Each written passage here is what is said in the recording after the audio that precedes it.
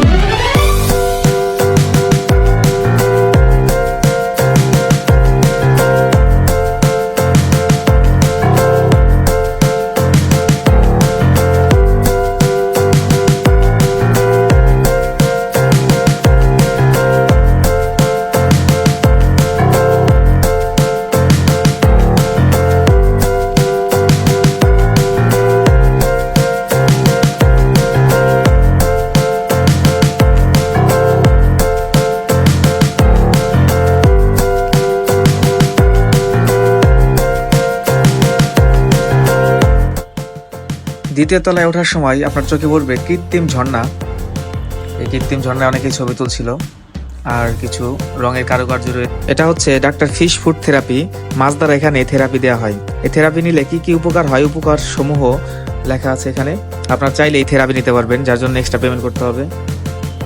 মাছগুলো পায়ের মরা চামড়া খেয়ে ফেলে এবং পায়ের রক্ত সঞ্চালন বাড়ায়।